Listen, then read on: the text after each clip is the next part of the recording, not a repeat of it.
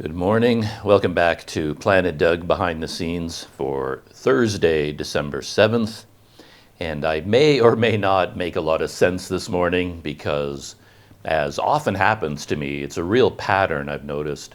I fell sick. I've got some kind of a flu virus, a cold virus, one of those things. So like last night, I just could not sleep at all.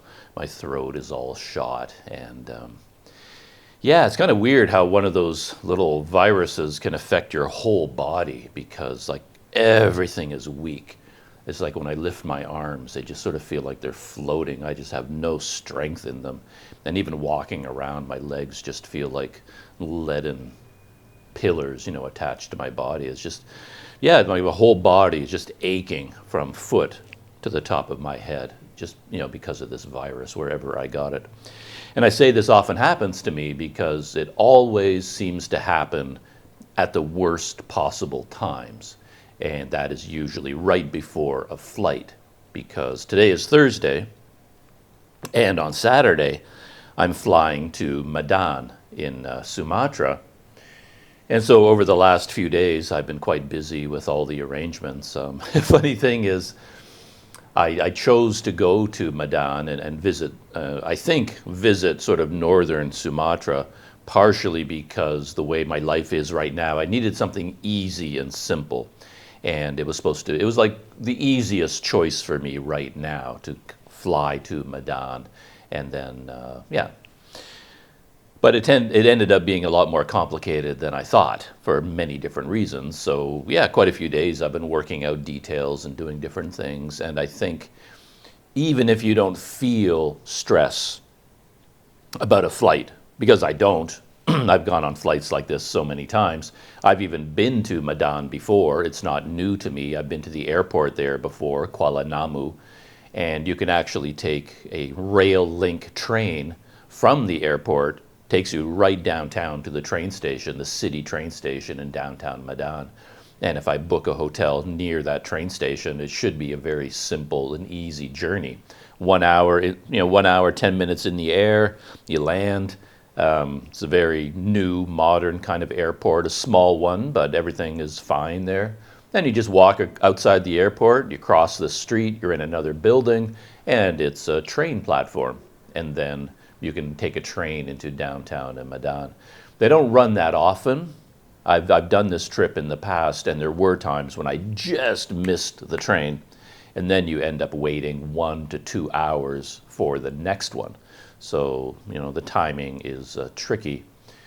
I think I'm landing at 1:25 or something like that, and then, according to the schedule, there is a train at 2:20 or something. So it's going to be tight whether I can make it through customs and immigration and then, get to the train station for that train. If I miss it, then I have to wait until like a 4 o'clock train. I think there's one at 4:15. I don't have the exact times in my brain right now. But anyway, assuming that all works out, nothing could be easier. So I don't have a feeling of stress, but I think stress is a tricky beast because I think stress can be deeper than right on the surface. So even though I wouldn't say I'm feeling any stress, but I think my body and my brain at a deep, sort of a subconscious level is stressed out. And I've noticed that every time something like that happens, your immune system weakens. And I may have been, here in KL, exposed to all kinds of cold and flu viruses, and I never noticed because my immune system just fought them off. But because I have a flight coming up in a few days, and I've been quite busy, and my brain has been working overtime with all these details, that, yeah, there's like a level of stress at an unconscious level, and I think it weakens your immune system. And this virus snuck through, and now it's all over my whole body. I mean, you think of a virus as being located like in my nose and throat, like it should be here, like your sinus. That's where I have the most difficulty because then I can't sleep when I have all the sinus congestion and the sore throat, and it's impossible to sleep. So you think of the virus as being confined to this area, But in fact, I think it's like throughout your entire body, like even into your muscles, because as I said, my muscles are just so weak. So yeah, I'm not thrilled about that.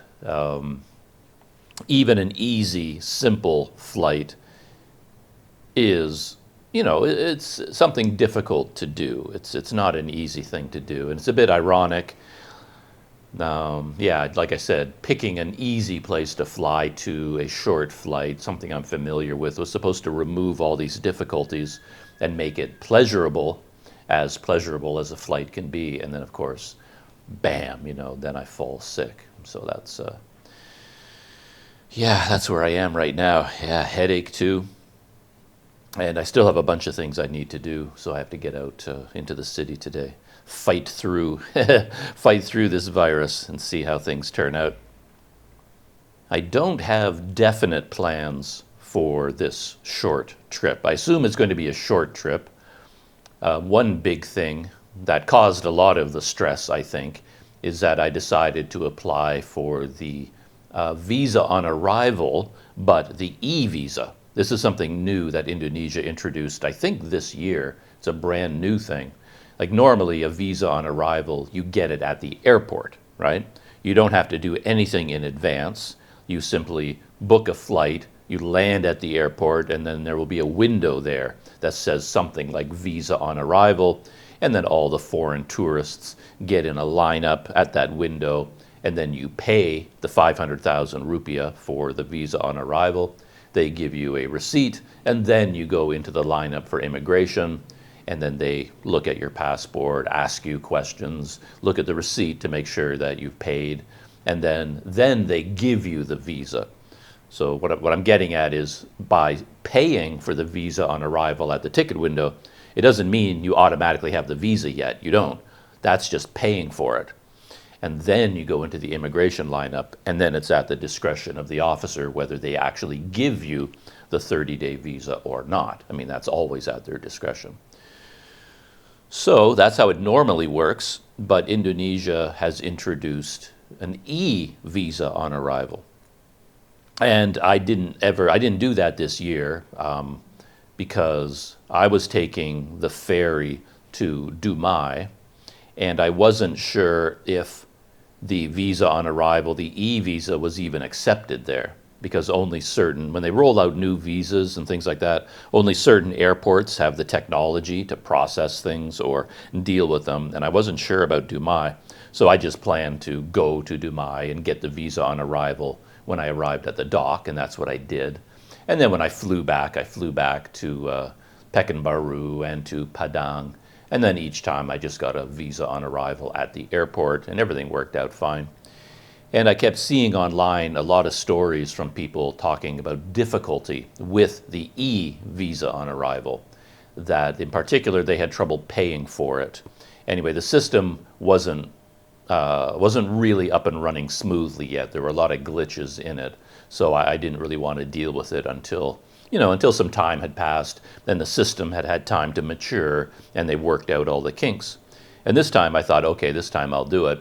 And I talked about that at length in my previous behind-the-scenes video, and things did not work out well for me at all. It's probably the most difficult, frustrating thing I've ever done online, getting that visa on arrival, the e-visa.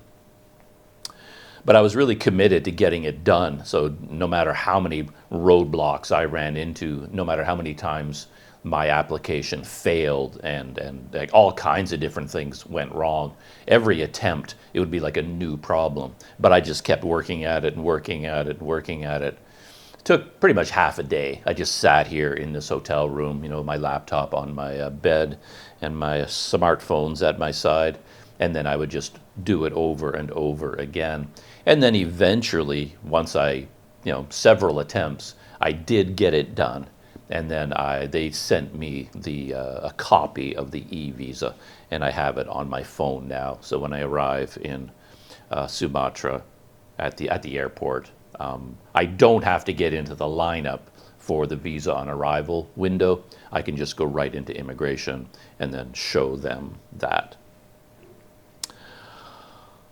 So yeah, I'm looking forward to that, but The e-visa, when people talk about it, the big advantage for most people is they don't have to stand in line. So like if you go to a place like Bali, there could be a lot of foreign tourists arriving at the same time, and then there's a big lineup at the visa on arrival window.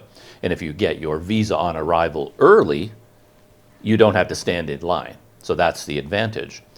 And that doesn't matter to me because in Medan or Banda Aceh, Padang, Pekanbaru, any of the places I might have flown to, there's never a lineup. There's never any problem, getting the visa on arrival. So when I landed in Dubai, I was the only person there. I was the only foreigner on the boat.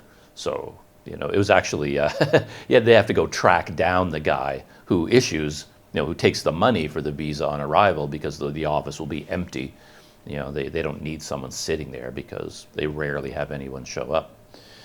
So for me, skipping the lineup is not a big deal, but they also say that you can apply for an extension online, and that I found really appealing. To be honest, for this trip, I don't have any plans to extend the visa. I only plan on staying for the one 30-day period at most. I want to stay through December, through the holidays, kind of skip all of the Christmas, New Year, holidays, stuff like that, and then fly back to Malaysia in early January after the 30 days are up. If I find myself in Sumatra in a place that's really inexpensive and I can make a deal to stay for a long time, then I might decide to stay longer, and then I will try to extend the visa by another 30 days online. But I don't know how that works yet. I was thinking through the logic of it, and it seemed to me that even if you do extend it online through your phone, you would still have to go to immigration at least once. The logic seems pretty clear to me because if I call up my immigration account, I had to create an account at the Indonesian immigration website.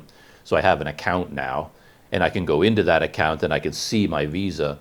And after I land in Sumatra and it gets processed, then there will be a tab will show up giving me the option to extend that visa on arrival. It's not there yet, but it will show up.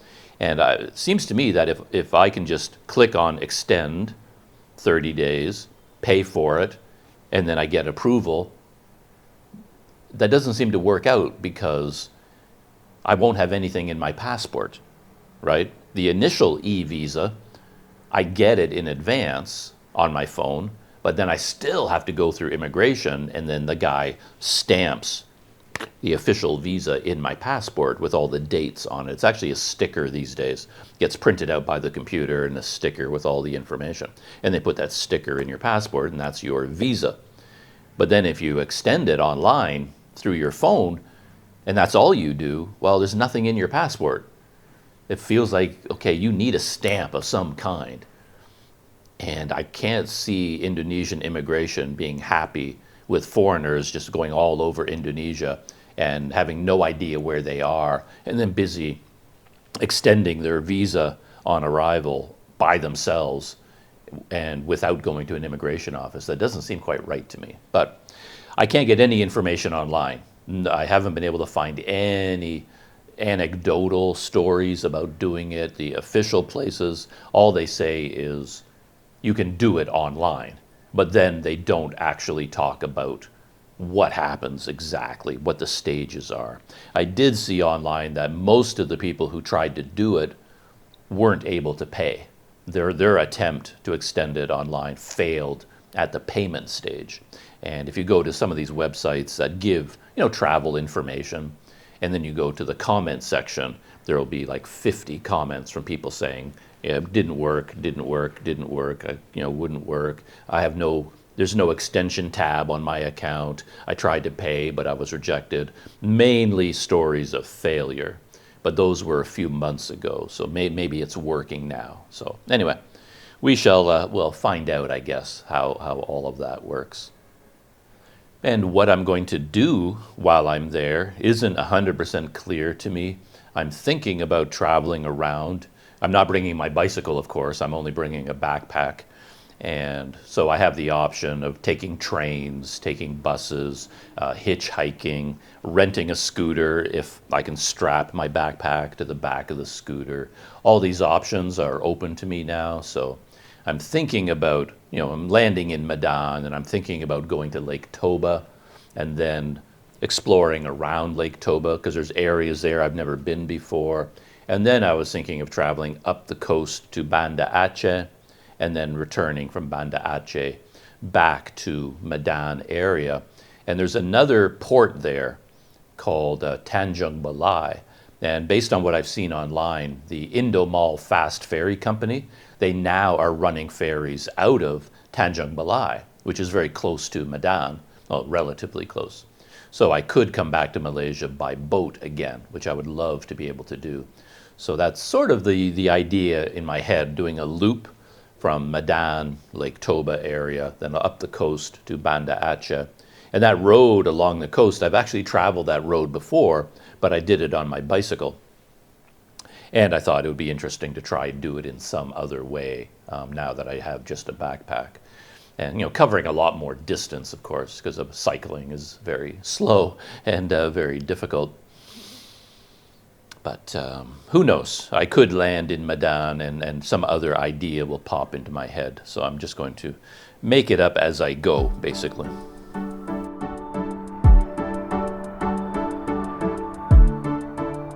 In previous behind-the-scenes videos, I've been talking a lot about videos from Bald and Bankrupt and a Greek guy named Timmy Karter, and the two of them teamed up to travel with migrants from South America. So they decided to make it like a YouTube project starting in Venezuela and then go with the migrants that are leaving from Venezuela and trying to travel up through Colombia, the Darien Gap into Panama, then through Central America into Mexico, all the way to the U.S. border. That's, the migrant flow right now, whether, legal migrants or illegal ones, they're all heading towards the U.S. border. And Bald and Bankrupt and Timmy Karter decided to do it themselves and document it all for YouTube. And I've been talking about that quite a bit. And as far as Bald and Bankrupt is concerned, he's done. I was hoping that there would be a lot of videos documenting the whole journey, but he did it in a very casual kind of way. I think one video from Venezuela into Colombia, one video crossing the Darien Gap, and then one more video that ends with him at the U.S. border. And that's it.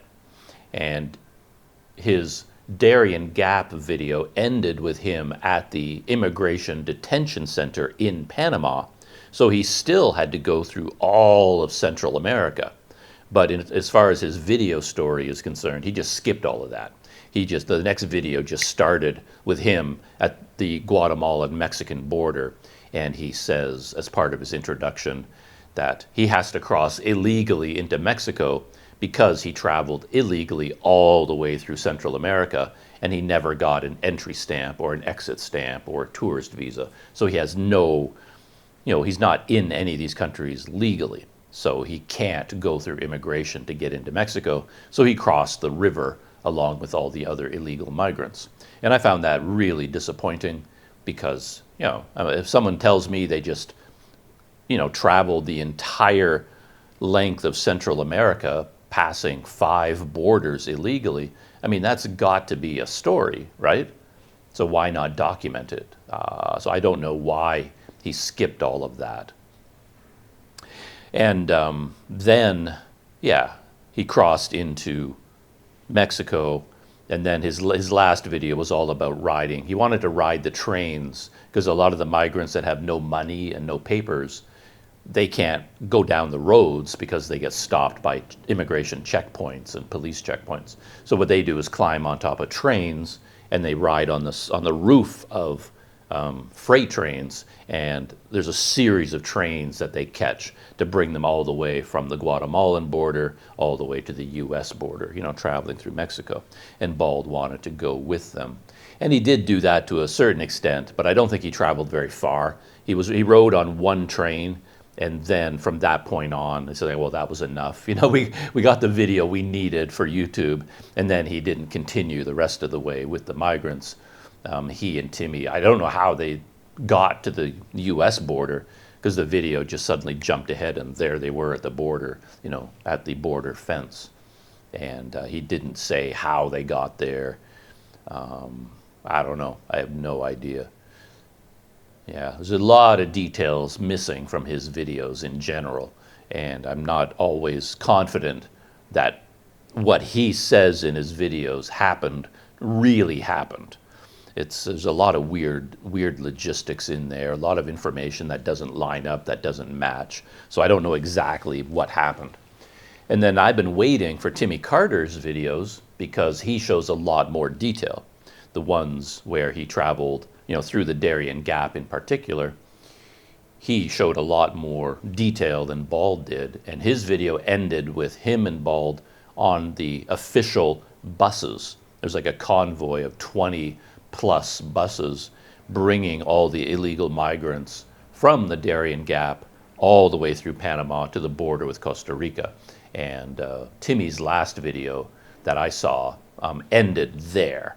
And I've been waiting impatiently for the rest of his videos because he was with Bald when he got to the border. He was there, so he did complete the whole journey. So I assume at some point he's going to post his video about riding the trains. And I'm hoping that his video will answer a lot of my questions. But so far, Timmy hasn't posted that video. And it turns out he hasn't posted that video because he got very sick. And this is a really crazy story. Timmy Karter, he posted a video about 10 minutes long, and he's in a hotel room in Mexico City, I discovered eventually, and he's filming himself telling a story. It's about a 10-minute long story where he became sick and he had to get surgery. And now he's in Mexico City recovering from the surgery. And I knew a hint about this because in Bald and Brian's video, he left a pinned comment that said, Timmy Karter, that he says, Bald and Bankrupt says, when he left from Mexico to go back to the UK, Timmy stayed behind in Mexico, and then he became sick and he had to get surgery. And Bald left that note on his channel, sort of encouraging his subscribers to watch Timmy's videos, subscribe to his channel and kind of give him support that way. And of course, a lot of people went to his channel and made donations through PayPal and through Super Thanks and all those sorts of things. So I knew about that from Bald and Bankrupt, but again, he gave so little information. And I didn't even, from Bald's comment, it's not even clear where Timmy was. It said that Timmy was sick and had a surgery, but in Bald's comment, it's like, oh, where? Like, was he back in Greece? Was he in Mexico, the United States? Where is he? Didn't say. But now Timmy posted his video and he gave a lot more information, and it is a fascinating story. So he did become ill in Mexico City, which is also a little bit confusing to me because it sounds like he and Bald traveled all the way to the north, the border with the United States. They filmed the conclusion to Bald's video at the border, but then they turned around and traveled all the way back to Mexico City. And then Bald flew from Mexico City back to the UK. And again, I'm wondering, how did he do that? Because according to his story, he was illegal all the time. So even in Mexico, he was an illegal migrant, basically. He had no visa stamps at all. So I'm curious what happened. Like, how did he manage to get on an airplane and fly out of the country? He had to deal with his, immigration status before he could leave the country. But again, he doesn't talk about any of that.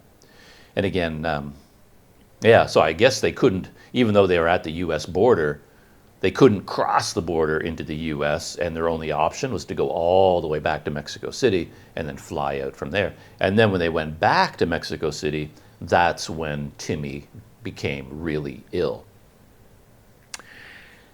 And it turns out that he was ill for a really long time, but he didn't know what the problem was. Because if you go back in his videos, even before the whole Darien Gap journey, he was sick all the time. So when they started in Colombia or Venezuela, and then there was a lot of talk from Timmy about being quite sick, diarrhea for the most part. He was just ill all the time. And then when they got into Mexico and they were trying to ride on the trains, the first day they couldn't find a train. They couldn't get on a train.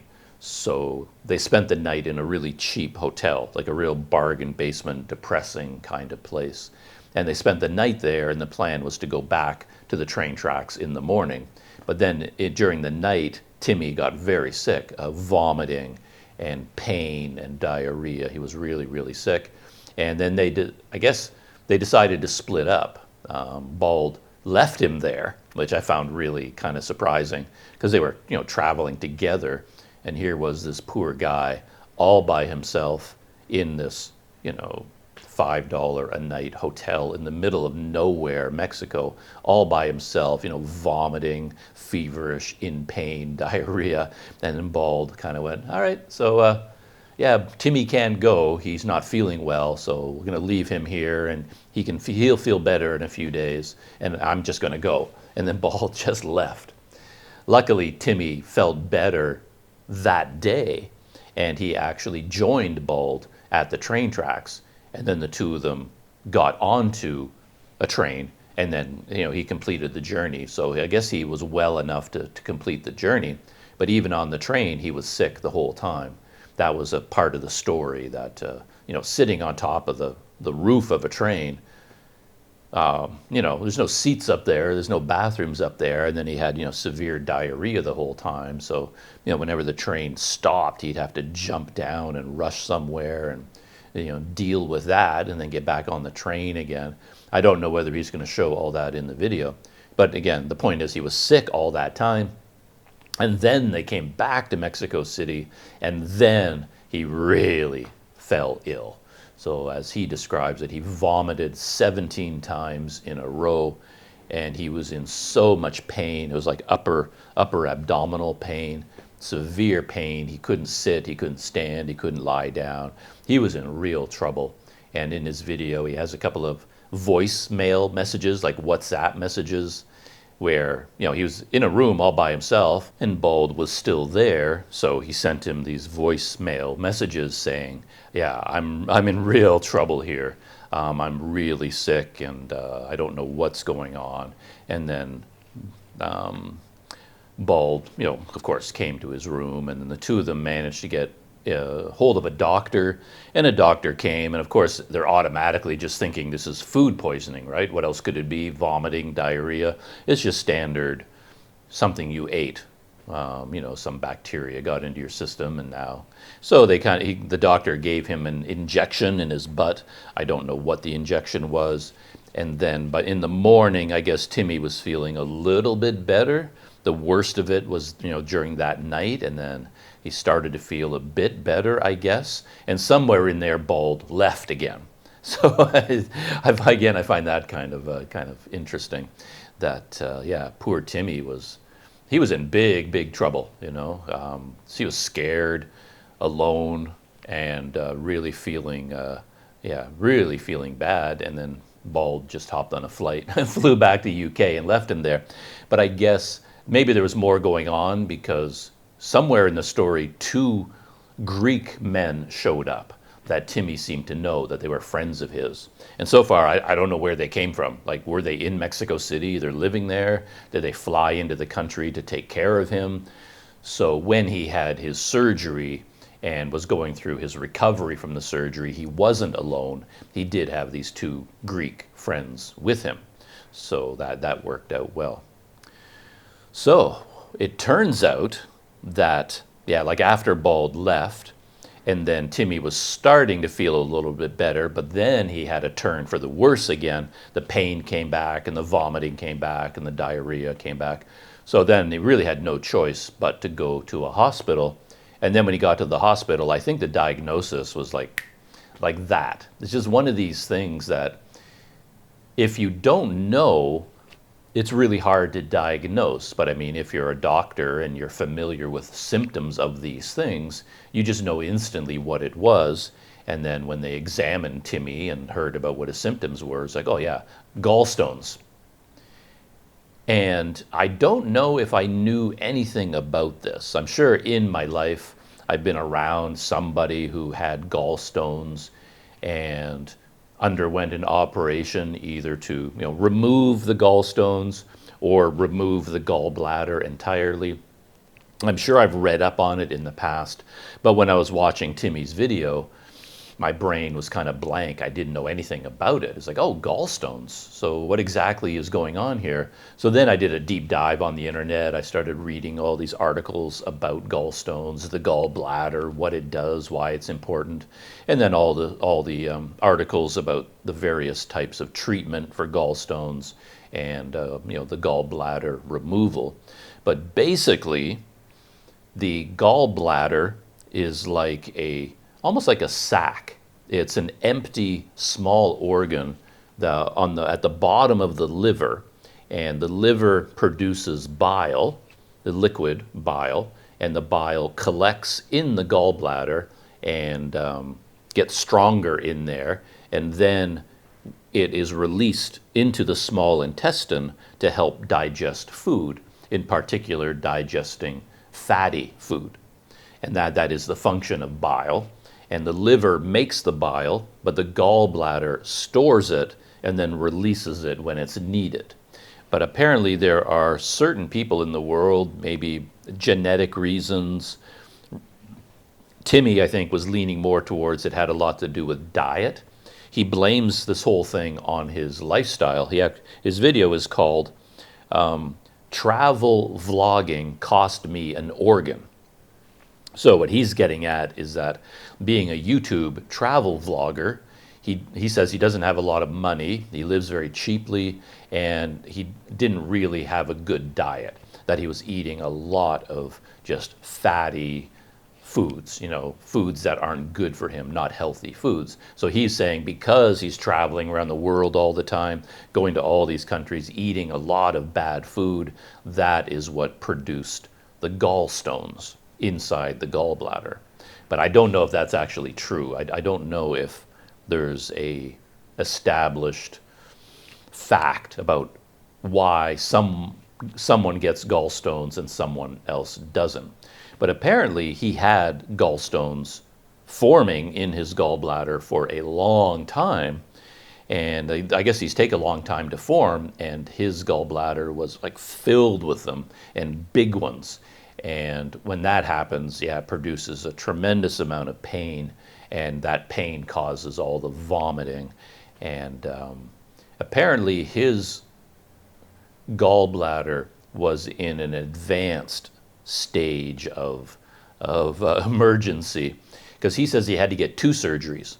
One surgery to remove the gallbladder and another one to just sort of clean everything up, because the doctor told him that his gallbladder was dying, necrosis. So some of the flesh was dead and had necrosis of the gallbladder or necrosis of the pancreas or something like that.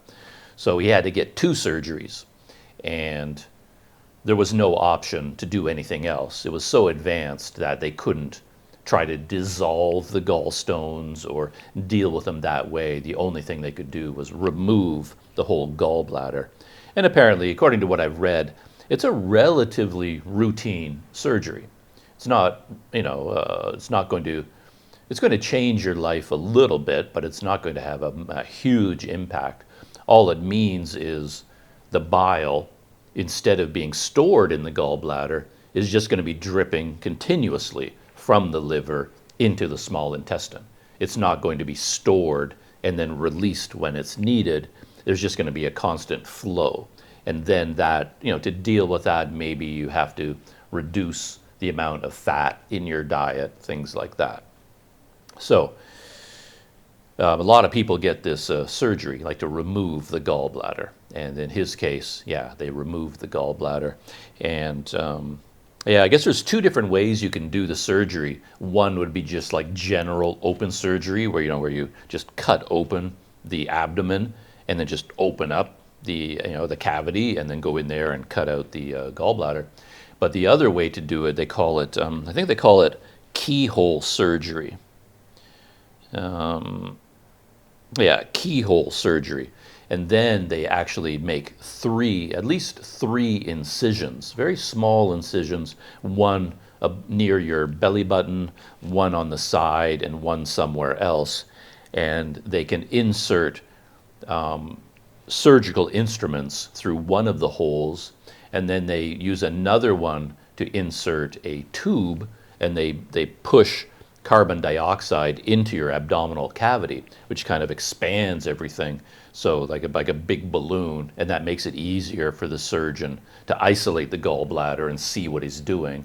And then in another incision, they insert the microscope, so they can actually see what they're doing, and then they put the the surgical tools. And pretty amazing that they do that. So, and from what I've read, you go home the same day. So like if you go in the morning to get the surgery done to remove the gallbladder, the standard thing is for you just to go home that day. You're going to be in rough shape, of course, and you need help getting home, but they don't even keep you in the hospital overnight anymore.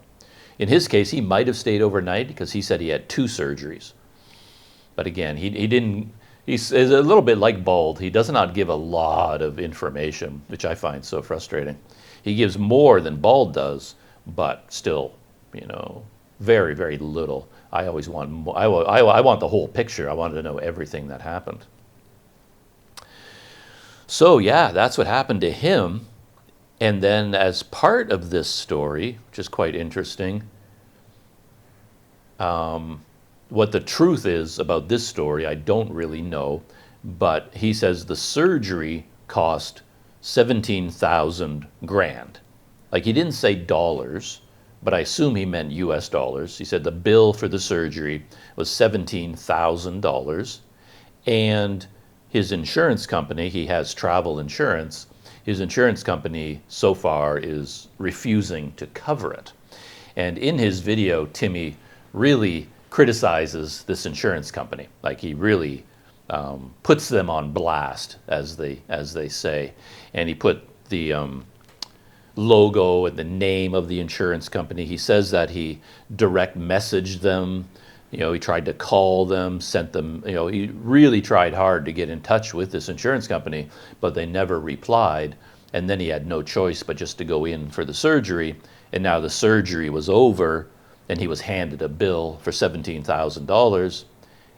And now he submitted that to his insurance company, and they said, no, we're not going to cover that, because in the fine print of his policy, as he describes it, in order for them to cover gallbladder removal, you have to tell them before the surgery, not afterwards.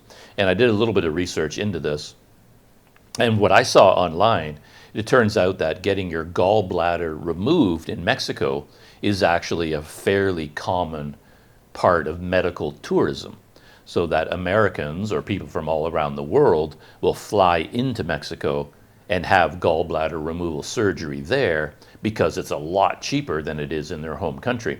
And all the prices I saw online, they ranged from $3,000, like $3,000, $4,000, $5,000, maybe $6,000. So somewhere in that range.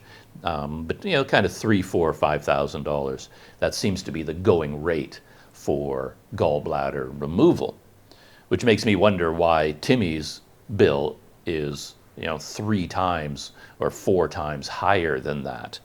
Like, he could have gotten it done for $3,000, and yeah, $17,000 is more than 5 times that amount. So exactly why his bill was $17,000, and that's probably why the insurance company refuses to cover it, because if you told them about the condition beforehand, they would probably suggest where to go to get it done cheaper. The insurance company, if they're going to be paying for it, they don't want to be paying top dollar, so they're going to find a hospital where the bill is $3,000 or $4,000, not 17. And because the operation wasn't cleared in advance, now they're refusing to pay for it. So I do have some questions about that, like, why is Timmy's surgery so much more expensive than the norm? And maybe in his next video he's going to talk about that a little bit more. So yeah, what a story. But what really strikes me is that, to be honest, I really hate this kind of logic, but it seems to apply here. It's like if something really, really terrible happens to someone, everyone always says they were so lucky, and they mean they were lucky because it could have been worse, right? It's like, you have a car crash and you end up breaking both legs, and people will say, "Oh man, you're lucky because, well, you didn't die," right? Like, it could have been worse. In the accident, you could have been killed. Like, breaking your legs, of course, is terrible, but they'll say, "Oh, you're so lucky because it could have been worse." And in this case, yeah, what happened to Timmy is really terrible, but it could have been worse because he was suffering from gallstones throughout that entire journey.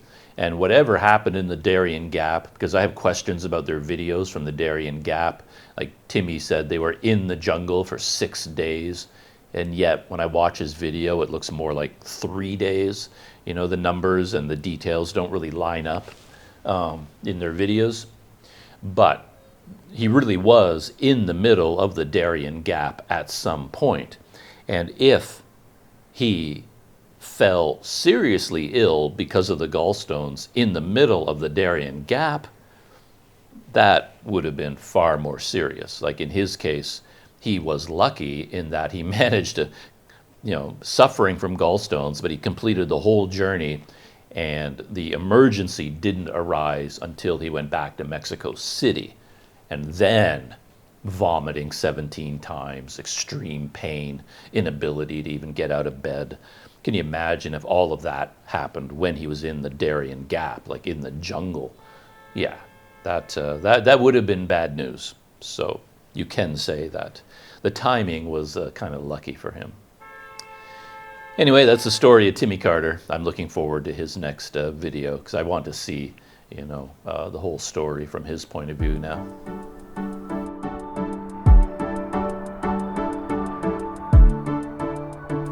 And my second YouTube story is about Itchy Boots, because Itchy Boots is now back in Africa. At least her videos are coming from Africa now. She's posted 2 of them so far, and I've watched both of them. The first one is called Itchy Boots Returns to Africa, Entering Nigeria. And the second one is called Corrupt Nigerian Police Officer Demands Money. So yeah, I've watched both of them, and they're very enjoyable, entertaining, but I do have thoughts about them. The first one, for example, where Itchy Boots returns to Africa, entering Nigeria, is a perfectly fine video, and it's interesting. But as soon as I stop and think about it, I see so many things in the video that are missing. Like the very first part of the video is 5 minutes of her talking about all the things that are happening or have been happening. So for example, she's near her motorcycle. She doesn't actually show much of it. She has the camera aiming at her, and she talks about when she came back, the condition that her motorcycle was in, that it got really, really rusty, which she wasn't expecting. The chain was like really, really rusted. She had to she didn't bring a new chain with her, and she had to scrape all the rust off the chain. She had to get a visa for Nigeria, and when she came back from Europe, she decided to bring new tires. So she just brought 2 new tires on the plane, brought them back to, I think she's in Benin. That's where she is when the video opens. So she had to bring in tires, and then while she's in Benin, in the capital city, she had to get more visas for other African countries. So she didn't have her passport. Her passport was at one of the embassies, and they're processing it to give her the visa stamp. So she mentions all of these fascinating, interesting things, but when I stop and think about it, I realize, well, none of that is in any video. Like, I want to see all these things. That's the way my brain works. If you're flying from Europe to Africa with 2 motorcycle tires, I don't know. I want to see that. I want to see Itchy Boots carrying these tires to the airport, or how did you ship them exactly? I want to see a visual to go along with that. And then the condition of her motorcycle, where it was stored, you know, the moment of unveiling the motorcycle, because I've done that in the past with my bicycle quite a number of times.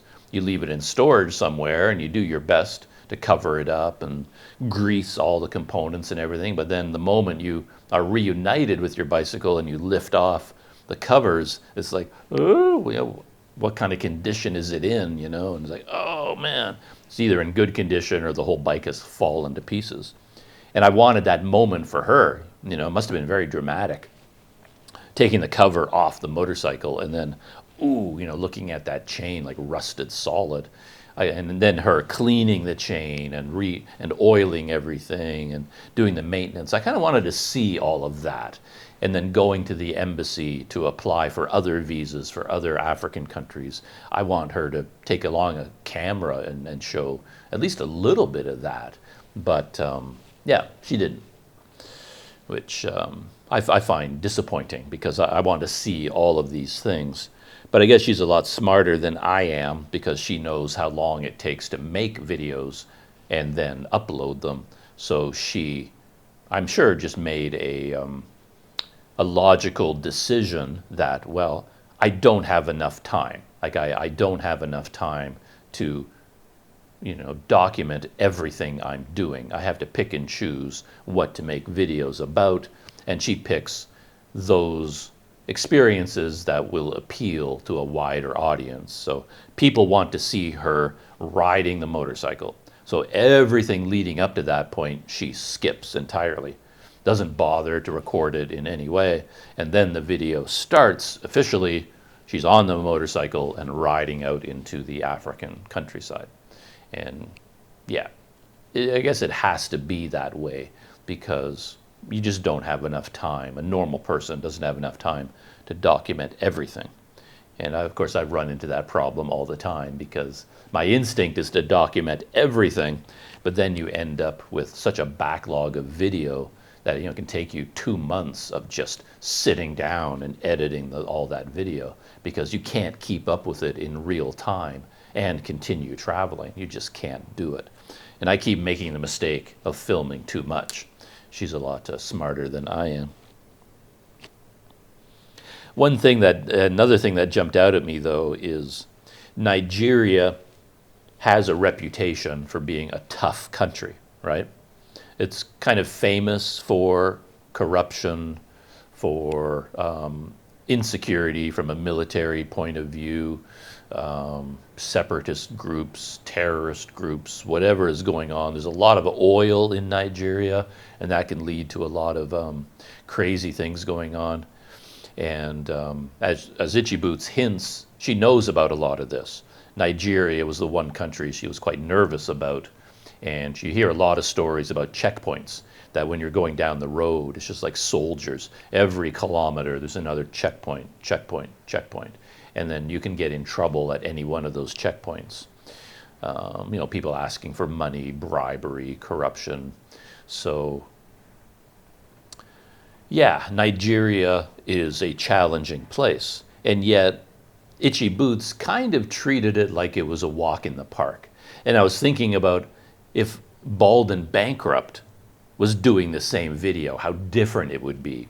Like, Itchy Boots was so casual about it. It's like, here I am, I'm back. I had to clean up the chain on my motorcycle, but everything's good to go now, and here we go. And then she's suddenly riding her motorcycle, crosses the border into Nigeria, and then, you know, she's laughing and joking with people and having a good time. If Bald and Bankrupt was doing that, you know, he would be beating the drum about all the dangers of Nigeria. You know, he would be just going on and on about it, how he's going into the most dangerous country in Africa. I could be killed, I could be kidnapped, I could be extorted, you know, they could arrest me, they could beat me. You know, he's going to go on and on and on about all the dangers of Nigeria. And I'm pretty sure that's how that would be the tone of his video. And it's kind of interesting that Itchy Boots was just sort of, here we go. You know, it was just so casual about the same country. didn't hardly even mentioned any of the dangers, that she could be facing. Her second video goes against that a little bit because, as I said, the video is called "Corrupt Nigerian Police Officer Demands Money." And to me, it's clickbait because I watched the whole video. And when I read that title, of course, I'm picturing something very dramatic. Corrupt, was it police official? Corrupt police official demands money. I was expecting something dramatic. And then, and as she was riding her motorcycle, she did play this music that was like a scary, dramatic horror movie music, like something terrible is about to happen. Bum, bum, bum, bum, bum, bum, bum, building this air of tension. And I thought, ooh, man, what is going to happen? And she did go through a lot of checkpoints. I mean, I was surprised how many there were. But I guess she's coming across the border from Benin, and she's heading to the federal capital.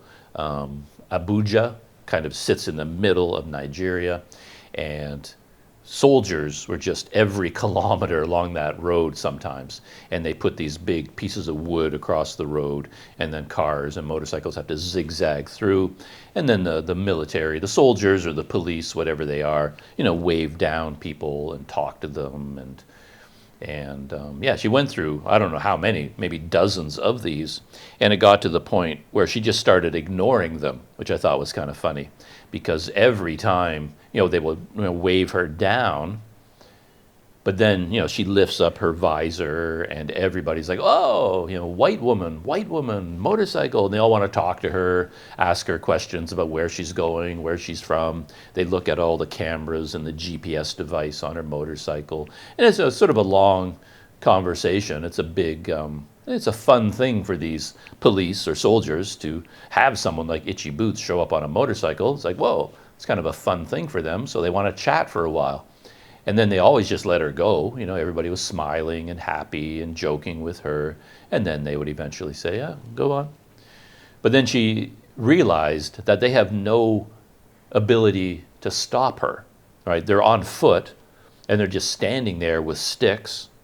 And it's not like they have motorcycles and cars. So if she just, slows down, but just sort of waves at them, like they kind of indicate to her to stop, slow down and stop, and then she just kind of waves back at them and then just keeps going. And she just goes through all these checkpoints because she was figuring, well, how they can't stop me. It's not like they can run after me and catch me. They have no cars and motorcycles. They're on foot. And I think she just got tired of the same conversation over and over again. So she just went through them. And she stopped for gas at a gas station, had a lot of interaction with the people there. There was music playing, and she was dancing with the guys there. So the whole day, all of these soldiers and all the police were incredibly friendly. They were like jovial and laughing and joking the entire time. And then she finally got to one where the guy, this was the corrupt police officer, finally got to the one where this happened. And I was kind of waiting to see what was going to happen. But this guy was exactly like all the other ones. He was smiling and laughing and, motorcycle, Netherlands, white woman, and, just smiling and being very friendly. And then at some point he said something about money. It's like, oh, give me money. Can I have money? Money. And then Itchy Boots just kind of laughed and joked with him, like, money, why? Why money? You give me money, why, And they just laughed and joked for like a minute or two, and then he said, yeah, go. And then she continued on her way. So the title of the video, Corrupt, I don't know. I think this guy was just, I'm sure a lot of these police officers and soldiers do get money from some of the cars that go through, but that's just kind of standard throughout all of West Africa. It's nothing that unusual. And this guy didn't seem to be any more corrupt than anybody else. He just happened to say, yeah, hey, money? Like, could I have some money? Like, you look like you're rich. A beautiful, expensive motorcycle. Her helmet, looks like it costs a lot of money. She's got all the cameras mounted on her, big, beautiful motorcycle, and all her clothing, and just looks like she's rich and has a lot of money. So the guy thought, I might as well ask. Why not? Can I have some money?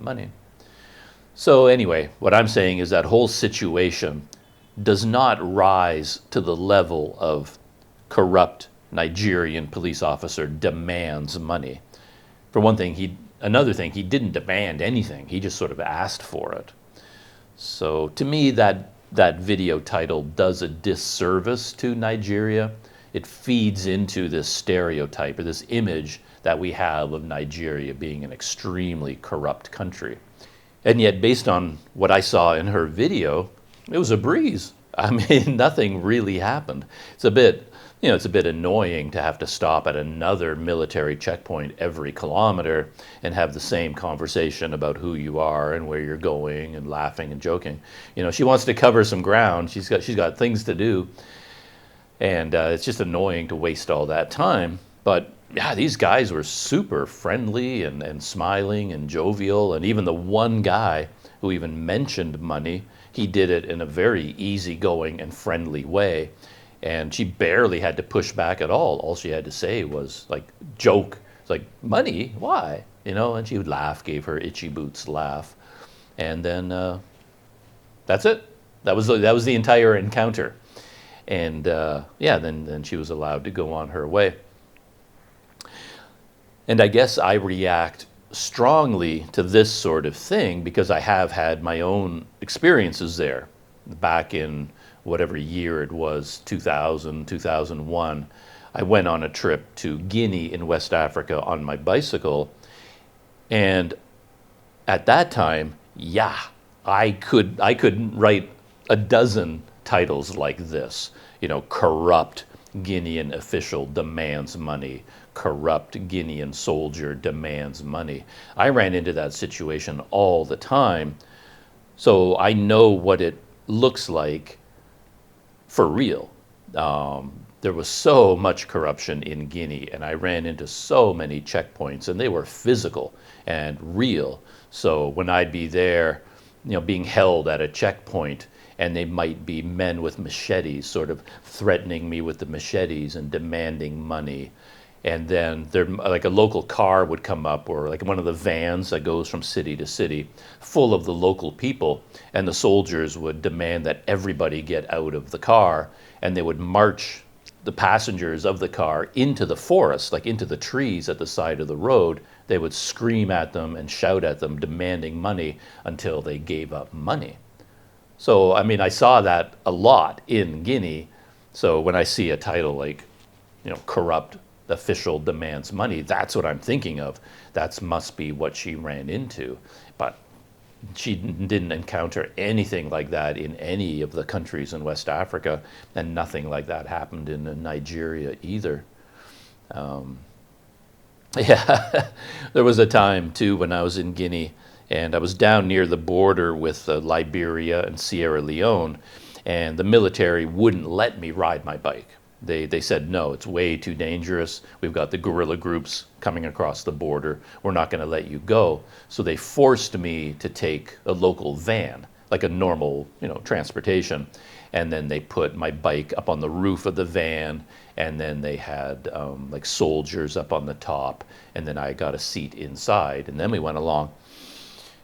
And then we ran into more like military checkpoints, and again, they did demand money. They come into the van, and just one by one, every person, like, money, and if you don't give them money, they're not going to let you go.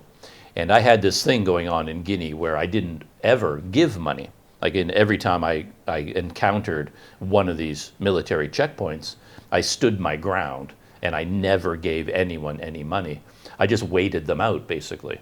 So they wouldn't let me go through, and then I would just roll my bike to the side of the road underneath a tree in the shade if they had one, and then I would sit down and wait and wait and wait, and eventually the guys would kind of freak out a little bit. They're not quite sure of their ground anymore, and then they would come over, demanding money, and I would say no, and they would threaten to arrest me, and they say, we're going to arrest you and take you to prison, and they would, pantomime tying me up and throwing me in prison, and I'm like, okay, let's go, let's do it, Then I don't have to ride my bike to the next town. Throw me in the back of your truck, and let's go. You want to arrest me? Go for it.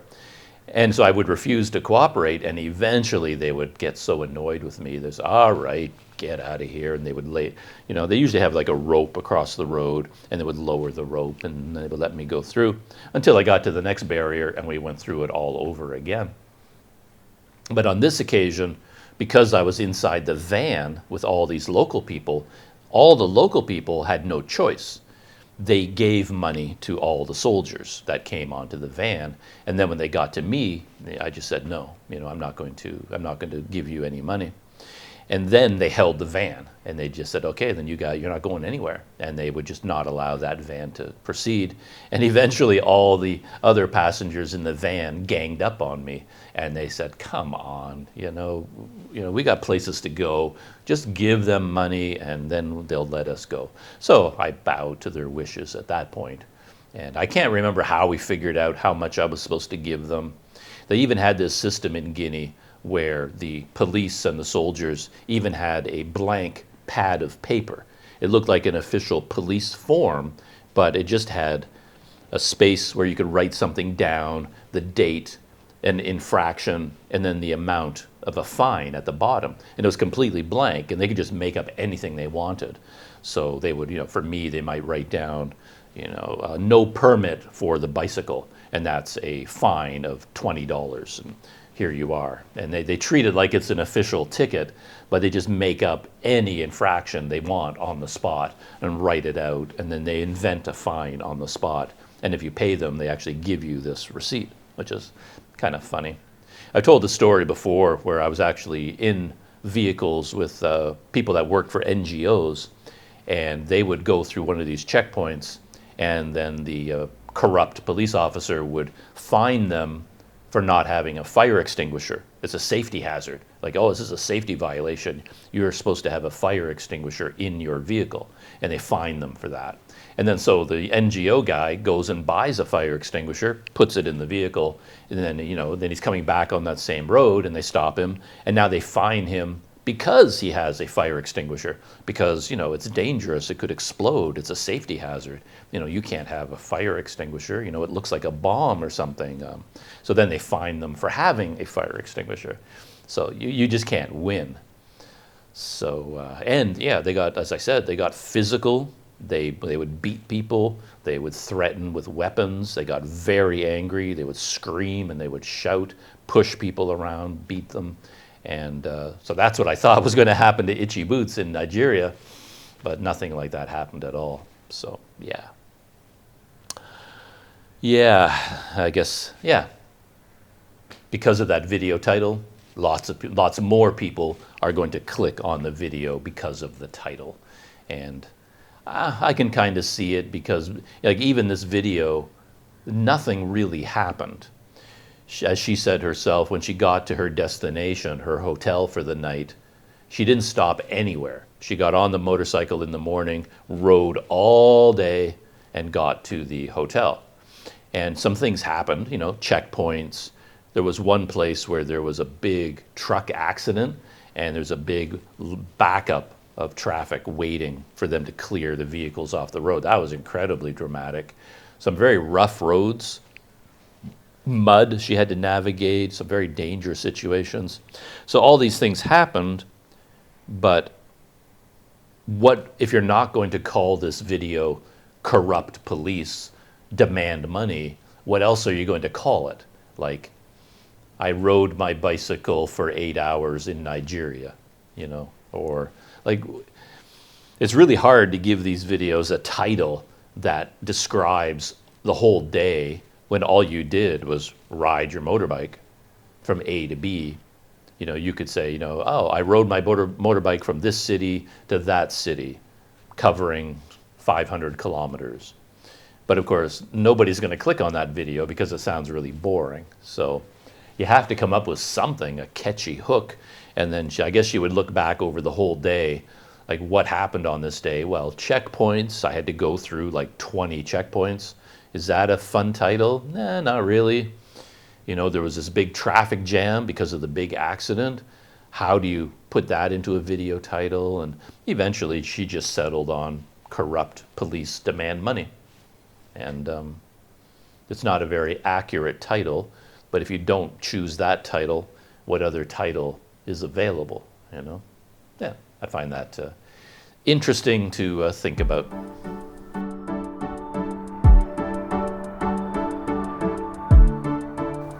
Quick pop culture roundup.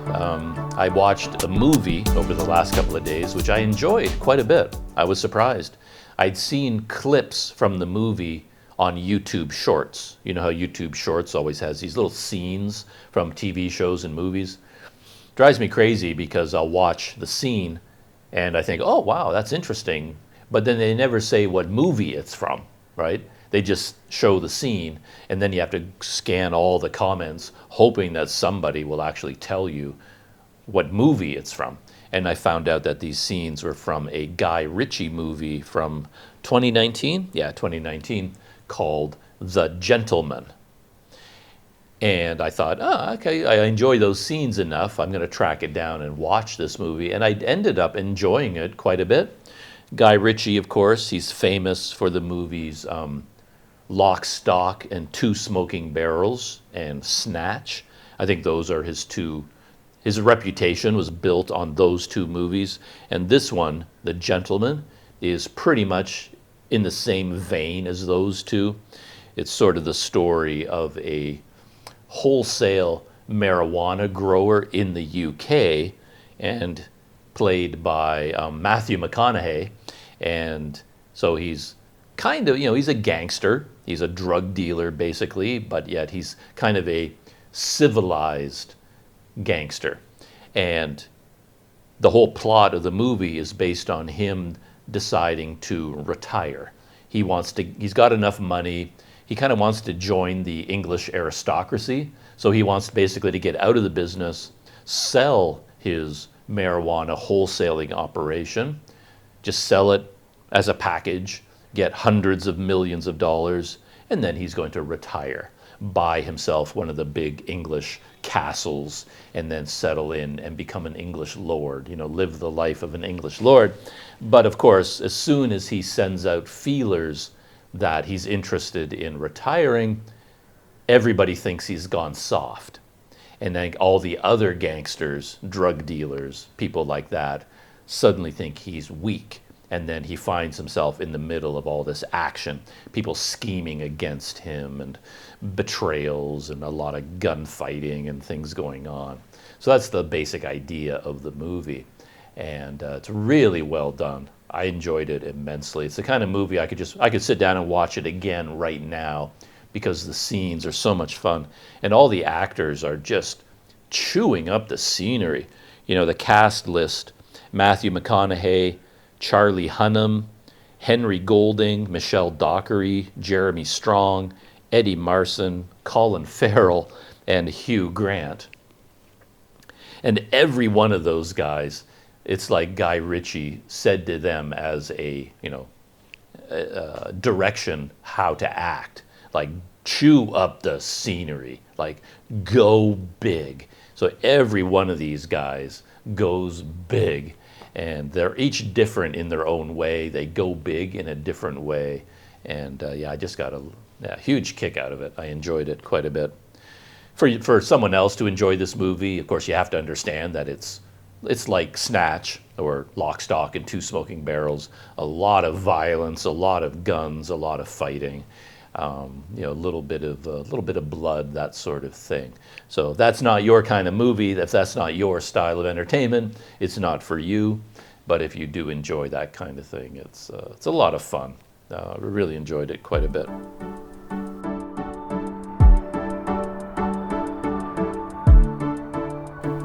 And one technology adventure to end the behind-the-scenes video today. I've talked a lot about the GoPro media mod and how poorly designed I think it is. And the main problem with the media mod, from my point of view, is that the way it's designed, there's a hole on the bottom of the media mod, And then when you put your GoPro inside it, the GoPro fingers that are part of the camera, you have to release them. They stick down through the hole, and then you attach a GoPro mounting apparatus. And this is a problem because in order to change the battery or change the memory card, now you have to completely dismantle the whole thing. Because the legs go through the bottom of the Media Mod, you can't take the GoPro out. You have to undo the mounting apparatus. You've got to undo the thumb screw, remove the buckle mount or whatever it is you're using, take all of that apart, fold down the fingers, open the Media Mod, pull the GoPro out, then finally you can get at the battery, put the new battery in, and then you have to reassemble your entire mounting apparatus. And that is a big problem. And recently, my Media Mod broke because the door, the clip mechanism that locks the door into place, that broke. So the door doesn't really do anything anymore. And because it's already broken, I decided to implement a fix I had been thinking about. And I've been thinking about this a long time, because when you look at the GoPro Media Mod for what it is, you realize that 75% of it has no function. None of it is necessary. Like the whole top of it is unnecessary. The side of it, the door, is unnecessary, and the bottom is unnecessary. There is no electronics in them. There's nothing there. And all you really need is this one side. This side has the microphone jack, the USB-C port, and then some sort of a mini HDMI port. And that is all on this side. And all of the rest of it that wraps around your GoPro, it doesn't do anything. It doesn't serve any function at all. So what I was thinking is that I could get a hacksaw and just cut everything away. Like all this stuff that I don't need, I'll just cut it off because it doesn't do anything. So that's what I did. It's what I started to do. And it's kind of funny that I was thinking that you could take people of the world and put them into two categories. There are people like me who seem to be constantly needing a hacksaw. It's like there probably hasn't been a year of my life where I haven't found myself sitting somewhere in a hotel room, wherever I am, and thinking, oh, I need a hacksaw. I need hacksaws all the time. And here I was again needing a hacksaw. And what I always end up doing is I buy one, and I don't get the handle because I only need it for one job, and it's usually a very simple job. So I don't need, a big handle and put it in my tool shed. I just need the blade. So I buy one blade, and then I do my job, and then I leave it behind in my hotel room. I mean, I could bring it with me, but this long, thin piece of metal, it doesn't. You don't want that in your backpack when you're going through airports. Obviously, you couldn't put this in your, carry-on bag, clearly. But even you could put it into your backpack or your suitcase. It could go as checked luggage. But when it goes through X-ray, what are they going to see? They're going to see a long, thin piece of metal. And I mean, what in the world are they going to think that is? It's whatever it is, they're going to have to investigate. So every time I buy one of these, I buy it, I cut whatever I need to cut, and then I leave it behind in the hotel room. And then, a couple months later, a year later, however long it takes, it's like, oh, I need a hacksaw. So yesterday, I decided once and for all to try out my fix. And there's a hardware store right around the corner. I bought a hacksaw blade for 1.5 ringgit. I told them, I just need one blade. Took a while to get that idea across because they're like, well, you don't need a hacksaw.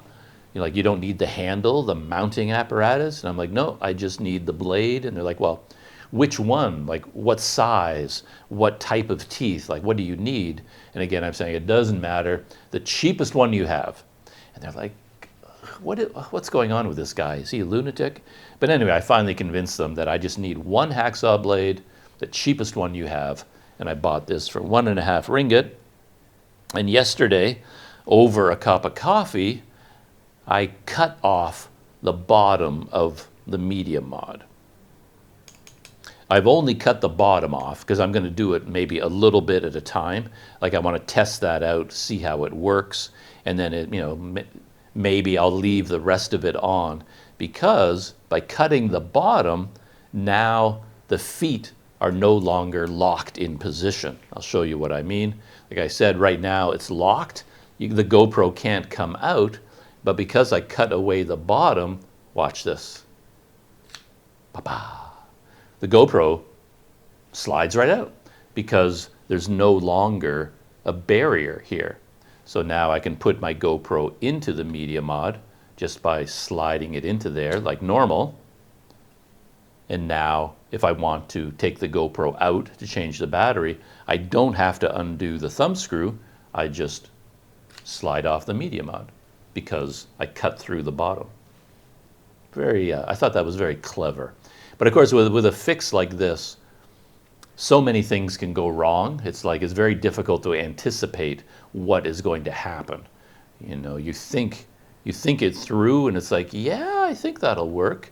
And then when you do it, it's like, oh, because I did this, now that broke this, or that affects that.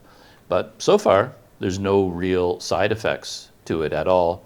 And I have the rest of it on, and I can close the door and then put like an elastic band around there.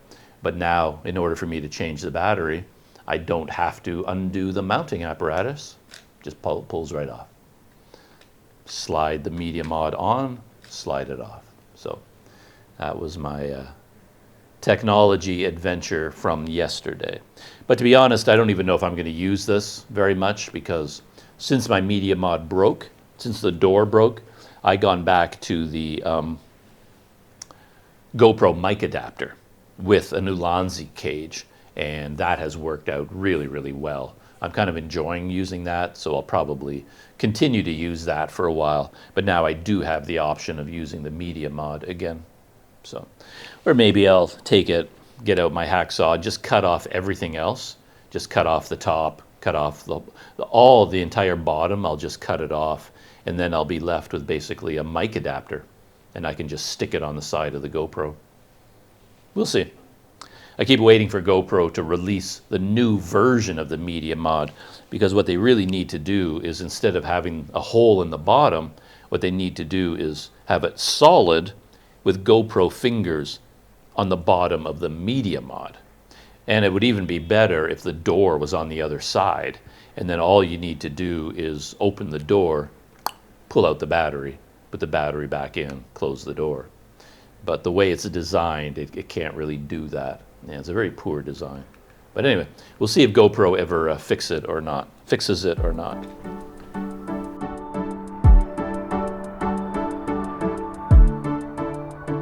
Well, that is it for this morning. Time to get back to real life. As I said, I'm still in the middle of a lot of preparations for my upcoming trip. It's sneaking up on me.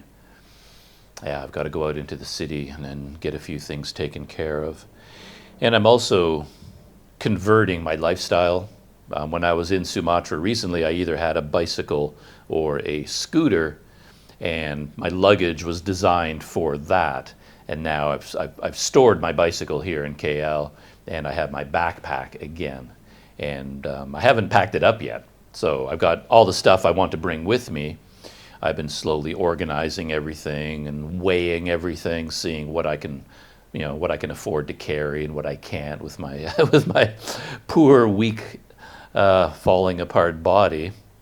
Because the things I've weighed so far are my camera gear, and it's surprisingly heavy. So all of my GoPro Insta360 gear, you wouldn't think it. You start with a tiny action camera, but by the time you put in all the different mounts and apparatus and grips and tripods and things like that, battery chargers, it ends up being really heavy. And then I have my Olympus, which I like to have with me. So the Olympus package is another camera grouping that's quite heavy. And then, of course, I have my laptop and tablet and chargers and things like that. That's another grouping. then clothing and toiletries, stuff like that. Once you start adding all these things in, it starts to get pretty heavy. It'd be so nice to get rid of the camera gear. I gotta be honest about that. Wow. Couldn't imagine, like right now, looking around my room here, it feels like 90% of everything I have is associated with shooting video. And it would be so nice to just forget about that entirely. Like no cameras at all, no computers, nothing like that. And if I did that, man, I could probably just have my knapsack, right? A t-shirt, pair of shorts, toothbrush, away you go. I mean, what else do you need, right? If you're staying in a hotel all the time, you don't need anything else. That would be so nice. But when you are your own television studio for YouTube, well, yeah, your bag gets a little bit heavier. At least mine does. I guess, yeah, I have to admit I'm a little bit of a gearhead. I could get away with less gear, perhaps. But anyway, we shall see. I've got to do some packing today, and I've got to go out in the city and run some errands, print out some documents, get money, change money, things like that. So that's it. Shutting down, and yeah, this headache is building and building. Hopefully I can sleep tonight because, oh, one thing I'm doing, by the way, which is kind of funny, I have this hotel room at the Kojoi up until tonight. Tonight is my last night, but I'm going to need one more night. But instead of paying for one more night at the Kojoi, I decided to get a room at a different hotel. It's just around the corner. And the reason I did that, it's two reasons. One, it was just really easy to do, you know, call up Agoda, book it. For me to extend this room for one more night, I have to go down to the front desk and I've got to talk to them and make arrangements and how much is it going to cost for one extra night, and I've got to pay in cash, and it would end up being a whole thing I'd have to organize. So it's easier, oddly enough, it's easier to book a different hotel because I can just do it on Agoda and then, you know, pay for it through my credit card. But also because I have to change hotels tomorrow, that puts pressure on me to pre-pack. So in fact, today I will be packing because I'm moving to a new hotel tomorrow rather than leaving the packing for going to the airport, if you see what I mean. Because you really don't want to leave that to the last day. And by moving to a new hotel, I'm forcing myself to do a complete packing as if I'm going to the airport.